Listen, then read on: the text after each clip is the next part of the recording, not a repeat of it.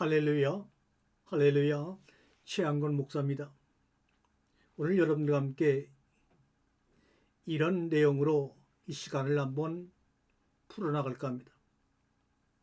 오늘 여러분과 나 사이는 말을 통해 서로가 소통하고 교통하는 것이지 누가 누구를 가르치고 나누는 것이 아닙니다. 그런데 여러분과 저 사이에 이 말, 언어가 살아남아 빛나기 위해서는 어떤 것이 필요할까라는 것을 고민했습니다. 사람과 사람 사이에, 하나님과 사람 사이에, 피조물 사이에 말 하나가, 언어 하나가 살아남아 아름답게 빛나기 위해서는 말과 하나가 되는 사랑이 있어야 한다는 것을 깨달았습니다. 말과 하나가 되는 사랑. 그래서 돌아가신 저희 어머님이나 주변의 어머님을 보게 되면 어머님들은 삶을 통해 말을 만드셨고, 어머니 밑에서 보살핌 받던 우리들은 사전을 통해 쉽게 말을 찾아 사용했다는 것이 다른 점이라는 것을 깨달았습니다. 말 하나가 살아남기 위해서는 말과 하나가 되는 사랑이 있어야 하는데, 예수 그리스도는 십자가의 죽음이라는 삶을 통해 우리에게 말을 창조하셔서 로고스가 되셨고, 그렇게 창조하신 로고스를 읽는 우리들은 원어사전, 주석, 강에서 목사님들의 설교 또는 개인의 생각을 통해서 그 말을 해석하고 말을 찾은 것이 큰 차이라는 것을 깨달았습니다. 그러면서 제가 이제서야 깨달은 것은 사랑을 포기하지 않으면 기적은 정말 일어난다는 겁니다. 사랑을 포기하지 아니하면 아무것도 알지 못하는 말 가운데서도 그 말을 새롭게 창조해내고 만들어내고 깨달을 수 있는 길이 열린다는 겁니다. 말씀으로 오신 예수 그리스도가 그 말씀과 십자가의 삶으로 하나가 되니 우리를 살리는 로고스가 되었습니다. 하늘의 생명이 씨앗이 되었던 것입니다. 하나님도 여러 날 걸릴 일들을, 하나님도 많은 시간이 걸려야 이루어지는 피조세계 일들을 우리들은 하루 만에 속히 하려고 한다는 것입니다. 우리는 모두 다 욕심 가운데서 정상에 서고 싶어 하지만 행복은 그 산을 등산하는 과정 속에, 그 산을 올라가는 과정 속에 있다는 것을 우리는 산을 올라가 본 사람이라면 누구나 다 알고 동의할 것입니다. 이 알래스카 원주민인 이누이트족의 그 원주민 말 속에는 훌륭한이라는 단어가 없다고 합니다. 그래서 훌륭한 사냥꾼도 없고 훌륭한 남자도 없고 훌륭한 여자도 없고 훌륭한 인간도 없다 이 말입니다. 왜요? 우리는 존재함으로 사랑하는 그 자체로 이미 완벽하다는 것입니다. 그러니 시시한 인생도 훌륭한 인생도 없다고 해서 훌륭한 단어가 알래스카의 이누이트족에게는 없습니다. 세상에는 지금의 여러분과 나의 존재만으로도 충분합니다. 그래서 오늘 미스와바 시브르스카라는 시인이 쓴 가장 이상한 세 단어를 한번 여러분에게 들려드리겠습니다. 세 단어입니다. 내가 미래라는 낱말을 입에 올리는 순간 그 단어의 첫째 음절은 이미 과거를 향해 출발한다. 내가 고요라는 단어를 발음하는 순간 나는 이미 정적을 깨고 있다. 내가 아무것도라고 말하는 순간 나는 이미 무언가를 창조하게 된다. 결코 무에 기속될 수 없는 싫지 않은 그 무언가를. 기가 막힌 시입니다. 하늘의 구름이 이렇게 이야기합니다. 구름이 내가 비로 내려 땅을 적시고 혹 속으로 들어가 어두운 돌 속까지 스며들어 당신께 갈 수 있다면 당신이 가리킨 산목련 한 송이라도 피워줄 텐데. 자, 이런 구름들의 마음을 안다면, 그런 구름들의 마음이 땅에 비로 내려서 생명의 싹을 틔우는 것을 안다면 우리는 우리 존재 자체에 대해서 실망하고 포기할 이유가 전혀 없습니다. 이 세상을 가만히 보세요. 서로 그냥 많은 것을 가지려고 독점하고 극소수 0.1%의 사람들이 지구의 모든 것을 쥐고 자신들의 대단한 양 가난하고 어려운 사람들을 경멸하며 살아가고 있지만, 이 지구상에는 절대로 혼자 가질 수 없는 것들이 있습니다. 그것이 무엇일까요? 가장 아름다운 것은 손으로 잡을 수 없게 만드셨다. 사방에 피어나는 저 나무들과 꽃들 사이 푸르게 솟아나는 웃음 같은 것 말입니다. 가장 소중한 것은 혼자 가질 수 없게 만드셨다. 새로운 달력 속에 숨쉬는 처녀들, 당신의 호명을 기다리는 좋은 언어들, 그렇습니다. 가장 사랑스러운 것은 저절로 쏟게 만드셨다. 서로를 바라보는 눈 속으로 극히 떠오르는 별 같은 것, 혼자 가질 수 없는 것들입니다.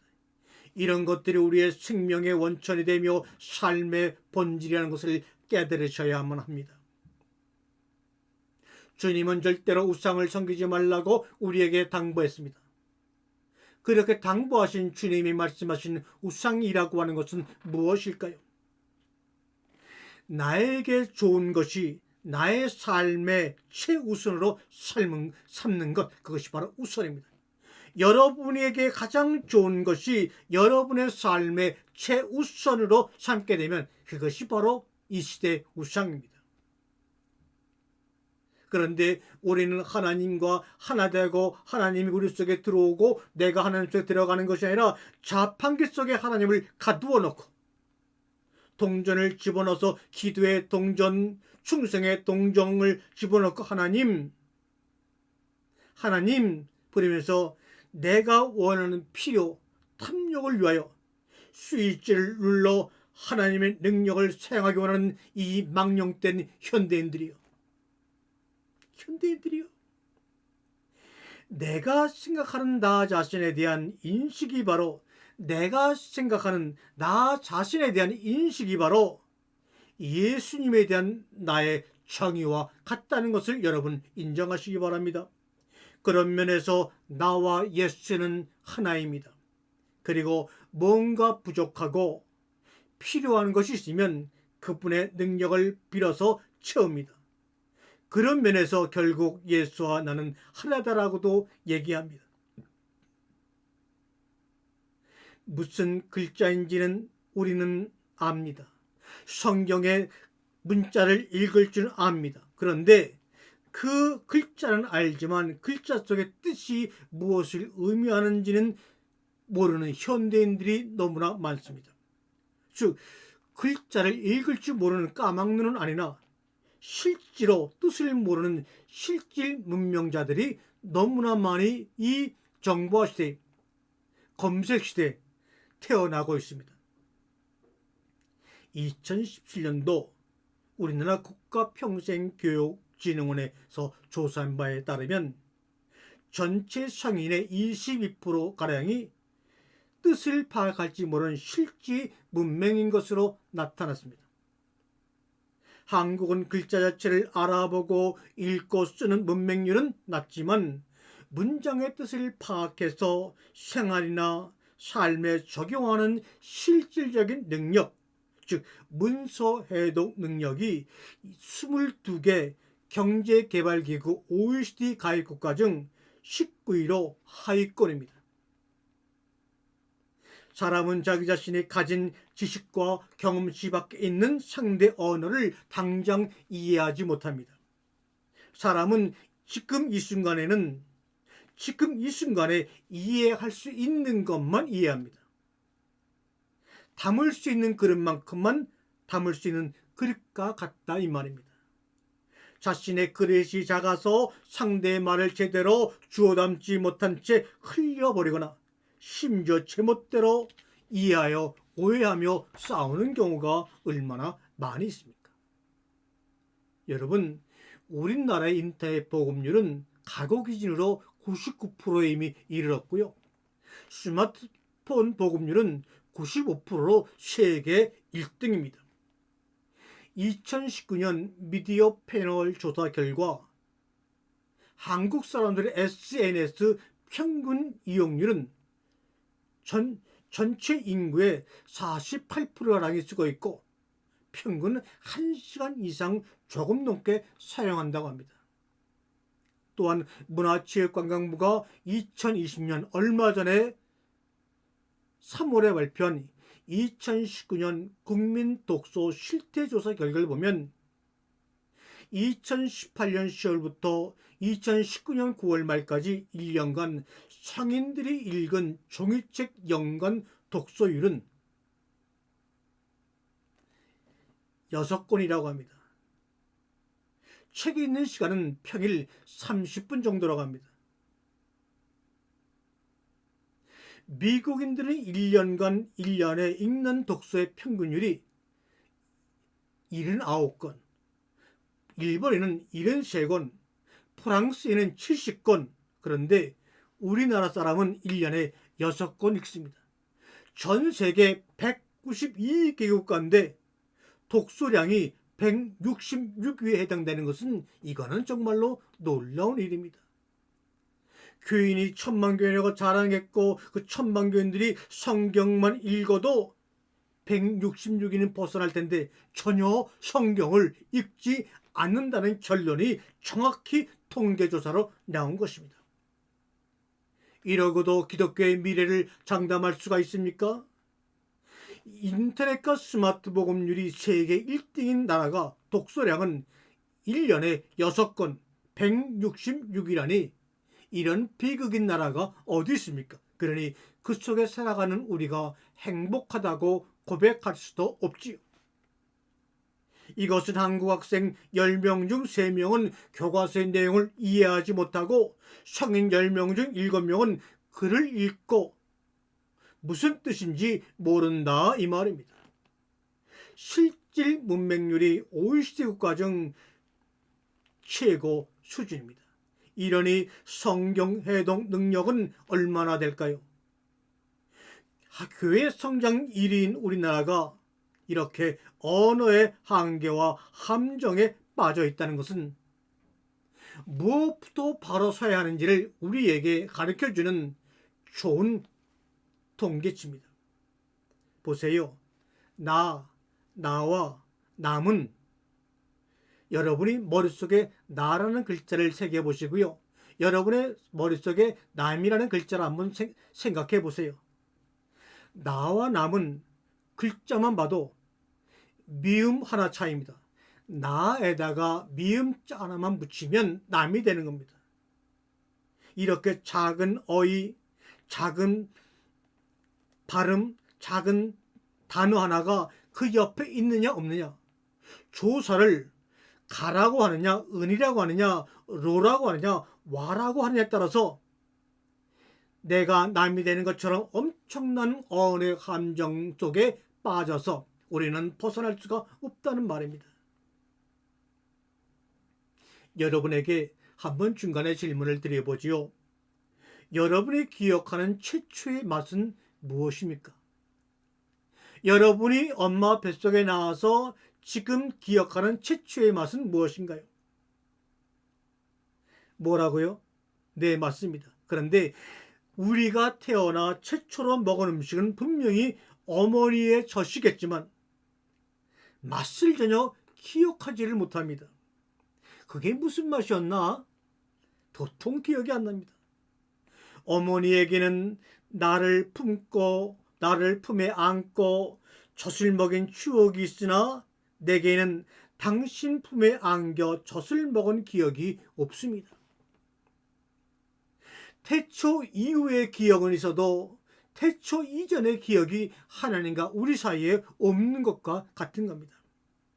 어머니는 내가 세상에 태어날 때부터 오늘까지 하나도 남김없이 기억하시는데 나는 당신의 가장 예뻤던 시절을 보지 못했으니 부모와 자식과의 관계는, 하나님과 우리 사이의 관계는 아무리 생각해도 불공평합니다. 만약에 다음에 생이 있다면 내 자식으로 태어나 응앵응앵 울고 아장아장 걷고 가가격여 배우고 콩닥콩닥 설레며 처음 연애하는 모습을 다 보고 싶습니다. 나는 전생의 기억으로 험한 세상으로부터 보호할 것이며 전생에 이루지 못한 당신의 꿈을 이룰 수 있도록 응원할 것이라고 마음속에 생각도 해봅니다. 사랑하는 성도 여러분, 사람들은 머리로 아무리 안다 해도 가슴이 받아들이지 못하면 변화되지 못합니다. 내용인즉 아무리 옳은 말이라도 아무리 옳아도 바른 율법이라도 가슴을 울리지 못하면 한 발자국도 움직이지 못하는 것이 사람입니다. 반대로 가슴만 둥둥 울려댈 뿐 머리에 닿지 않으면 개꿈처럼 공허하게 됩니다. 정확한 낱말만으로는 부족하고 표현이 아름다워야 하고 가슴을 흔들 수 있는 하나님의 소리가 이 땅에 울려 퍼져야 합니다. 내 마음속에 나를 낳으신 그분 하나님을 닮았으니 내가 천하가 된 것입니다. 마태복음 5장에 심령이 가난한 자는 복이 있나니 푸이누마 심령, 가난한 자가 복이 있다. 사실 심령이라는 이 푸이누마는 독립지역이 아니라 중립지대입니다. 선도 아니고 악도 아닌 중립지대입니다. 그 푸이누마, 그 영 자체로는 선악의 개념이 없습니다. 그런데 신약에 보니까 귀신이요 더러운 영이라고 합니다. 거기에는 푸이누마 뒤에 알카타토스라고 하는 더럽다고 하는 형용사가 붙었을 때 더러운 영, 알카다토라는 말이 붙었을 때 귀신 이렇게 말합니다. 그리고 또 성령이라는 말은 푸이누마라는 말 뒤에 하기오스, 거룩하다고 말하는 형용사가 붙었을 때는 영을 성령, 알카다토스라는 말이 붙었을 때는 더러운 영, 이렇게 표현하는 거죠.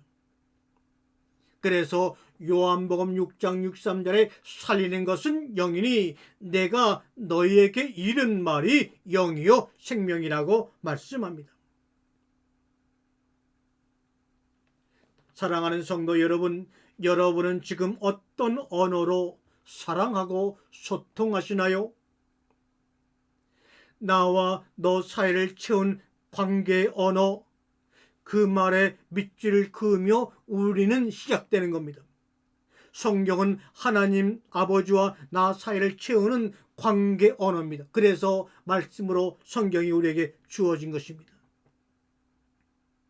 나와 이 방송을 듣는 당신들이, 나와 우리 아버지 하나님이, 나와 당신의 언어들이 우리의 멀어진 사이를 아름답게 화목하게 보기에 좋게 채웠으면 좋겠습니다. 그것을 주님께서는 보시기에 좋았더라 토부라고 말씀하신 겁니다. 그런데 우리는 우리 말로만 채우니 숨을 쉴 수가 없구나. 외로워서 말이 생겼는데 나를 더 외롭고 힘들게 하는구나. 말로 내 가슴에 대못을 박았구나.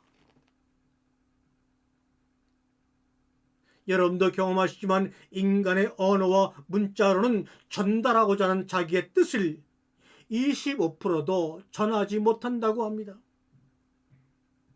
하나님이 우리에게 말씀하실 때 꼭 앞에 이렇게 말씀하십니다. 하나님이 입을 열어, 하나님이 가라사대 말씀하시기를 하면서 그 뒤에 그 말씀의 내용을 이야기하십니다. 하나님이 입을 열어 가라사대, 이것은 뭡니까? 하나님의 마음입니다.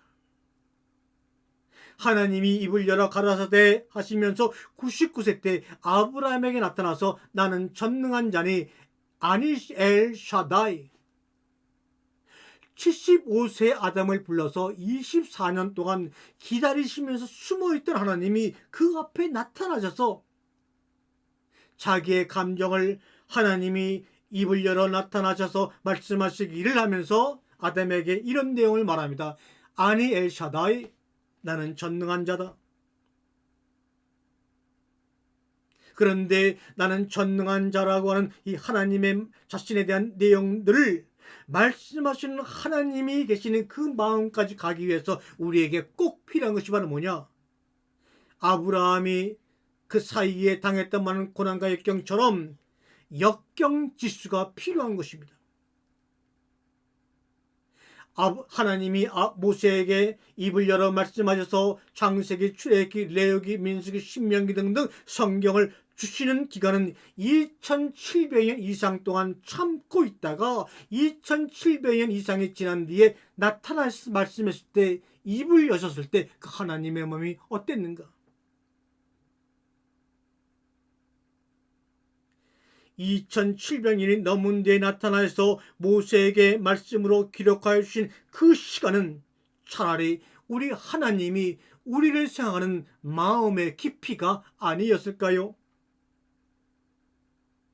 그런데 우리는 하나님이 입을 열어 가라사대 말씀하시기에는 우리가 신경을 못 쓰고 그저 하나님이 말씀하신 내용만을 교리로 율법으로 받아들이는데 모든 신경을 집중해버리고 말았습니다.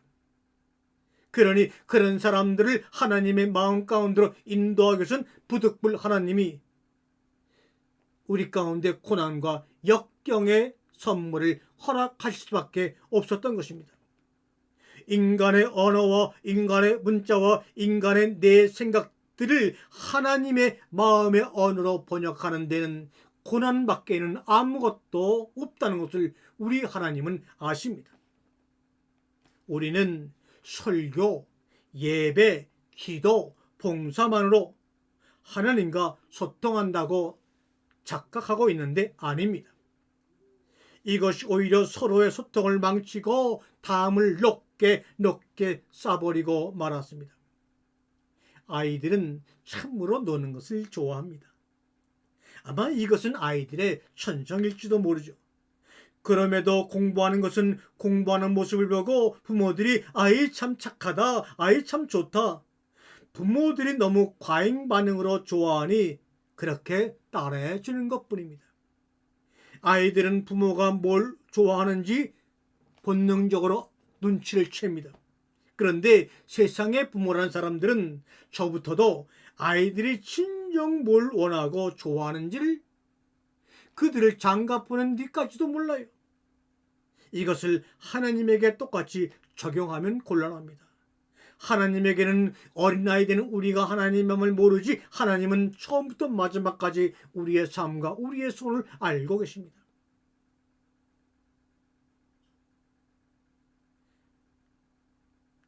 우리가 사용하는 단어나 문장이 너무나 제한적입니다. 거기에다가는 사람과 사람, 하나님과 사람 사이의 소통과는 반대되는 문장이나 단어를 사용하기를 원합니다. 옳은 소리만 해대려고 합니다. 율법, 순종, 원죄, 제사함, 구원, 죽음, 믿음 등등 신구약에 나오는 그 다양한 신앙적인 용어들과 단어들의 속뜻을 풀어서 서로 이야기로 나누어야 하는데 명사로 설명만 하려고 합니다. 신앙 속에서 아이가 하나님이 뭘 원하시는지 모르면 담을 쌓아버립니다.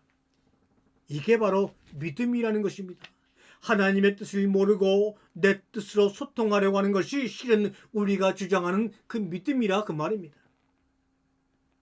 인간의 뇌는 부정의 뇌와 긍정의 뇌가 있습니다. 그런데 인간의 뇌는 부정을 강조로 알고 그것을 메인으로 기억하고 그 기억을 감정인 편도체에 기억시켜버립니다.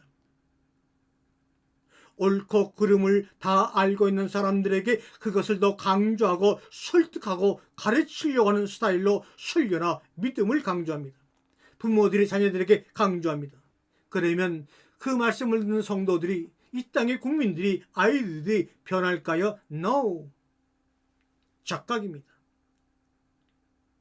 그와 반대로 소통하는 이야기, 애정의 이야기, 긍정의 이야기들이 그들의 부정적인 모든 기억들, 해마 속에 있는 실질적이고 사실적인 기억들을 편도체 감동질이 녹여버리는 겁니다. 그럴 때 우리 몸이 움직이는 겁니다. 어떤 고난을 뚫고라도 가시밭길을 걸어갈 수 있는 것입니다. 그런데 그렇게 하지 못하다 보니 기독교인들의 창의력에 내는 앙상하게 물이 빠져 메말라 버렸습니다. 그 결과 교회들은 분열하고 부패해졌고 성도 간의 외식과 분열이 일어나고 싸움이 일어납니다. 겨우 기독교라는 이름이 개독교라는 이름으로 겨우 비슷하게 유지되고 있을 뿐입니다. 이 땅에 사는 하나님의 자녀 성도 여러분, 우리는 앞으로 남은 생에 이 말씀을 들으면서 함께 변화되어 가면서 시들어가고 메말라가는 이 땅의 기독교, 예수를 알지 못하는 이 땅의 80% 이상의 우리 민족들에게 참으로 온몸의 힘을 다해 선교하는 선교사의 심정으로 한 날 한 날 기도하며 삶의 네트워크를 넓혀가는, 그래서 실제 신앙의 공동체가 되어 하나가 됨을 고백하는 너와 내가 되기를 주님의 이름으로 간절히 소망하며 축원드립니다. 아멘.